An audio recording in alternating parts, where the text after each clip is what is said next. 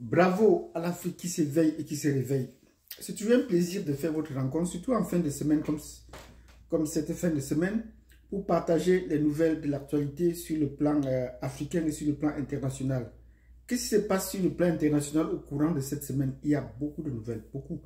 D'autant plus que nous sommes entrés dans une phase de transition. Nous parlons de cette phase de transition, mais nous entrons dans une nouvelle ère, avec des points qui sont vraiment marqués, comme je l'ai dit dans les précédentes vidéos. Des nouvelles de l'AES, il y en a de très bonnes qui continuent à tomber du côté de l'AES. Nous disons bravo à ce pays de l'AES qui continue à se consolider et à défendre jalousement leur souveraineté. C'est là que nous allons parler. Parce que la valeur de l'AES aussi dépend de la valeur des personnes qui y sont. On a enterré certaines personnes trop tôt, alors que ce n'était pas le cas. Peut-être que nous allons également les ressusciter. C'est de ça qui sera question dans cette vidéo. Nous allons parler également de la tension en République démocratique du Congo, la guerre entre le Rwanda et la République démocratique du Congo qui s'est exportée dans les pays de la sous-région. Et il y a déjà des gens qui fuient la guerre face au Rwanda. Quand on nous dit que non, le Rwanda est un petit pays qu'on pourrait écraser, ben, il y a déjà des pays qui ont démissionné de cette guerre-là. Ils ne veulent pas perdre de soldats inutilement. Ben, enfin, on va parler également de ce qui se passe aux États-Unis. Oui, les États-Unis sont la mire aujourd'hui, le point de mire. Les décrets sont signés pêle-mêle. On signe beaucoup de décrets tous les jours, tant à l'intérieur qu'à l'extérieur, et ça va affecter tous les citoyens de la Terre. Et les plus malheureux dans tout ça, c'est les Européens. Mais les Africains pourront trouver un bouée de sauvetage dans cette panoplie de décrets, même s'il y a des grincements dedans quelque part. C'est de cela que nous allons parler aujourd'hui. Donc, si c'est la première fois que vous voyez, c'est un plaisir de faire votre connaissance. Mettez-nous déjà des pouces avant de commencer. Abonnez-vous si vous n'êtes pas encore abonné et cliquez sur la cloche de notification avant qu'on entre dans le vif du sujet, comme je l'ai dit tantôt, parce que ce serait très intéressant de suivre maintenant l'actualité nationale et internationale, l'actualité africaine et internationale au jour le jour pour ne pas entrer en retard, parce que là, ça va très vite. Donc, si vous avez fait ce que je vous ai dit tantôt, c'est-à-dire nous mettre des pouces avant qu'on ne commence, vous abonner si vous n'êtes pas abonné et cliquez sur la cloche de notification. N'hésitez pas à nous préparer un commentaire ou à placer un commentaire sur un sujet que vous souhaiteriez qu'on en débatte. Parce que le cas des États-Unis avec l'immigration, c'est un sujet qui nous concerne particulièrement. La géographie, c'est l'immigration, le mouvement des hommes, des biens dans un espace. Comment à l'échelle de la planète, les gens se déplacent et comment les gens se déplaçaient. Et la question de passeport, la naturalisation et tout cela, on va voir ça à la fin de la vidéo. Parce que les Africains commencent déjà à pleurer, même ceux qui avaient des documents officiels propres, commencent déjà à se plaindre. Sur ce, on entre dans le vif du sujet. Bravo à l'AES. L'AES, aujourd'hui, nous allons parler du Mali. Oui, le Mali, il y a des vrais garçons au Mali. Comme je l'ai dit tantôt, depuis Modibo, il y a des vrais garçons au Mali. Amadou Toumani Touré, il y a eu des vrais garçons. Jusqu'à ce qu'on arrive maintenant au président colonel Assimi Goïta. Général, je vous en prie, pas colonel, général Assimi Goïta, qui nous disons bravo.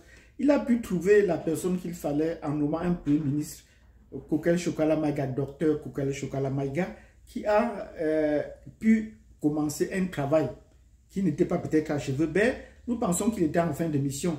Et quand il a commencé par critiquer le système dans lequel il était formé lui-même, on a estimé qu'il signait ici sa mort politique. Même des éminents professeurs, collègues sont venus ici nous estimer que c'est sa mort politique. Pourtant, ce n'est pas le cas.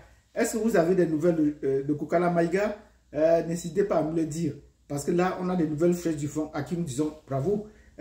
L'ancien premier ministre du Mali n'est pas politiquement mort. Il est encore appelé à d'autres missions. Il est encore prêt à servir son pays. Et il a dit, les gens n'ont pas cru à lui. On a dit non, c'était fini. Et on s'est mis à l'insulter, à lui dire, ben, il avait déjà fini la mission qu'il avait à la tête du gouvernement malien. Même s'il était un chef de gouvernement, entre guillemets, parce qu'il disait bien, beaucoup de décisions étaient prises au-dessus de lui. Et ça qu'il n'a pas apprécié, ben, il était prêt toujours à travailler pour le gouvernement. Et actuellement, il continue à travailler pour le gouvernement. Et c'est de cela que nous allons parler aujourd'hui. Nous allons dire bravo à Kokala Chokele Maïga. Parce qu'il se bat toujours pour son pays et pour les pays de l'AES. Il a effectué une mission à la CEDEAO où il a rencontré les agents de la CEDEAO ressortissants de l'AES. Et ils étaient 135 au total. C'est-à-dire du Burkina Faso, du Mali et du Niger. Ils étaient 135 au total à qui il a demandé qu'il faut qu'ils reviennent travailler pour le pays, pour leurs pays respectifs, qui seront bien accueillis. Et pour cela, il a notifié le fait que d'ici septembre, leur contrat avec la CEDEAO va prendre fin et qu'on aura besoin d'eux dans l'alliance des États du Sahel. Oui, Nous leur disons bravo pour cela, parce que là, ceux qui espéraient encore que les États de l'AES devaient rentrer dans la CEDEAO, ça signe donc la fin. Donc, les agents ou les membres de la CEDEAO qui travaillent, de l'AES, qui travaillent pour la CEDEAO, c'est mission terminée. Et ceci jusqu'au 30 septembre. Nous leur disons bravo, parce que là, c'est une rupture maintenant totale et définitive. On a besoin de tous ces experts pour relancer les États du Sahel. Donc nous disons, Kokala Chokale Maga, bravo pour ta mission de te mettre au service de ta nation et de ne pas te tourner pour l'étranger. Ceci dit, nous allons parler de la guerre en République démocratique du Congo avec le cas du Rwanda. Nous sommes souvent un peu répétitifs dans ce que les chaînes occidentales nous disent. Le Rwanda est un petit pays avec un dictateur à sa tête qui fait ci, qui fait ça. Bravo au Rwanda, on le célèbre.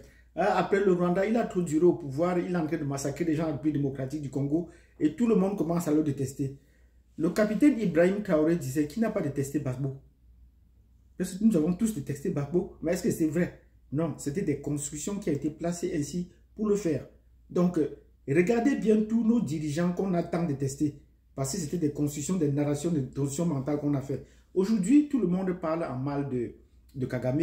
Ce n'est pas pour dire que je veux parler en bien de lui, mais nous allons regarder quand même la réalité en face. On nous a toujours dit ici que non, le Rwanda c'est un petit pays, il ne peut pas supporter la guerre face à la République démocratique du Congo.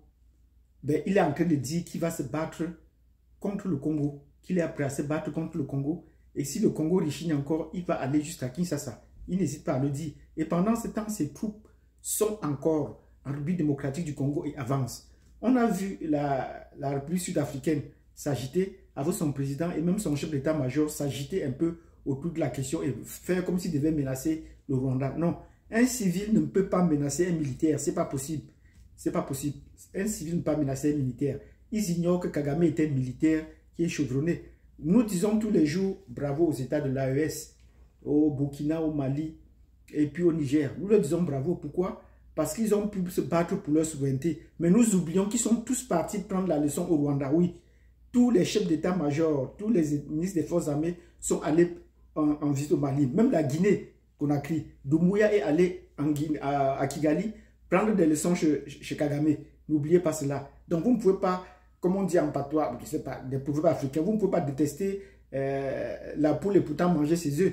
Donc sachez que c'est tous ces militaires qui sont au pouvoir à l'AES, même en dehors, sont partis au Rwanda prendre des leçons. Donc vous devez au moins reconnaître au moins cette force de Kagame, qu'il est un chef d'État militaire aguerri, qui a une géostratégie et même une géopolitique bien aguerrie. Talon peut se vanter de rester au pouvoir au Bénin et de créer des situations un peu conflictuelles parce qu'il a avec lui les mercenaires rwandais. Oui, ils sont là. Les mercenaires rwandais sont au Bénin. C'est lui qui assure cette garde-là. Donc, vous voyez que le Rwanda n'est pas toujours ce qu'on pense là. Ce n'est pas la taille du pays, ni le nombre de gens qui vont faire la force d'un pays, mais c'est également cette politique, cette stratégie qu'ils ont mis sur place depuis 30 ans pour contrôler la République démocratique du Congo, l'encercler. Et nous avons dit que la République sud-africaine ne peut rien faire. Je vous l'ai dit dans la prévue, ils ne peuvent rien faire. On nous a dit comment ils pourront écraser. Ils ont amené le matériel, qu'est-ce qu'ils ont fait? Depuis une semaine qu'ils sont là, qu'est-ce qu'ils ont fait? Rien. Pourtant, ils ont déjà perdu 13 soldats qui ont été abandonnés. Pire, ils sont entrés dans des négociations. Kagame n'est pas là pour les négociations. Si vous êtes capable de riposter, ripostez, et puis on va voir ce qui va arriver. Donc, 13 soldats sud-africains sont déjà tombés. Vous envoyez le matériel militaire, vous croisez les deux entrées dans les négociations. La République sud-africaine a demandé une réunion d'urgence de la SADC. Ils étaient dans les membres de la SADC, ils n'ont rien dit jusqu'à ce qu'on tue leurs soldats. Maintenant qu'ils demandent, ils envoient le matériel, ils demandent une réunion de la SADC. Et pire, des pays ne sont pas entendus pour s'engager contre Kagame. Parce que la plupart des pays qui entourent la République démocratique du Congo sont aux mains de Kagame. Kagame contrôle l'appareil officiel de la plupart de tous ces États du Congo et des pays voisins. Congo-Brazzaville, la Zambie, le Burundi, la Tanzanie, il est dans tous ces appareils autour dans les pays voisins. Donc, il ne peut pas. Conséquence, le Malawi a décidé de claquer la porte et de ne pas s'engager à la guerre et de retirer ses soldats de la SADC. Il ne veut pas se faire massacrer ses soldats contre la République sud-africaine pour rien. Donc, Mamnoron, comme on le disait tantôt, on va voir les jours à venir ce qui va se passer. Enfin, nous allons parler maintenant de la République des États-Unis, pour ce qui se passe avec les questions d'immigration. Avec cette guerre, les États-Unis ont également intervenu en République sud-africaine. N'oubliez pas une chose, c'est que j'ai eu une conversation avec certains étudiants ici au Canada où ils parlaient des signes que Elon Musk est en train de faire. Certains gens, oh, la Tesla n'est plus bien, la Tesla va chuter, et ainsi de suite. Et je leur ai dit, mais est-ce que vous savez que Elon Musk est africain? Ils m'ont dit, non, comment ça, c'est pas possible. Ils ont dit en éclat des moqueries et tout ça. Et je suis venu leur dire, tapez là sur votre téléphone et vous regardez Elon Musk, son pays d'origine. Dès qu'ils ont regardé, les premières personnes qui ont regardé sont mis à crier, à rire. Que ce n'est pas possible, ce sont les choses qu'on écrit, c'est pas vrai, il ne peut pas être africain. Même ayant lu, ils ont nié qu'il ne peut pas être africain. Donc, n'oublions pas, Elon Musk qui est le bras droit aujourd'hui de Donald Trump, pour le cas il vient de la République sud-africaine. Donc, il est né en Afrique du Sud. Il est né en Afrique du Sud. Et là, il aura un impact sur la politique en Afrique du Sud. Donc, pour le moment, Trump a tenté de faire pression sur la Russie pour qu'ils ne font pas la guerre là. On dit qu'il a voulu impressionner, que Ramaphosa a dit qu'il ne pourrait pas. Donc, là, les questions d'immigration et de commerce vont aller. Parce qu'avec Trump, la politique, les États, aujourd'hui, les États-nations, ça va dans tous les sens. La guerre politique, la guerre économique, la guerre financière, même la guerre socio-culturelle, tout cela va de pair avec Trump.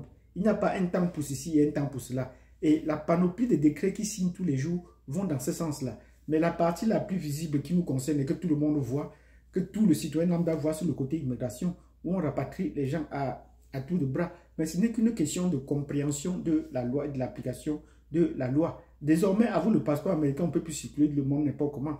Ça, c'est pour la sécurité des Américains d'abord. Parce qu'il y a eu ces derniers temps des Africains qui se sont vus retirer leur passeport américain.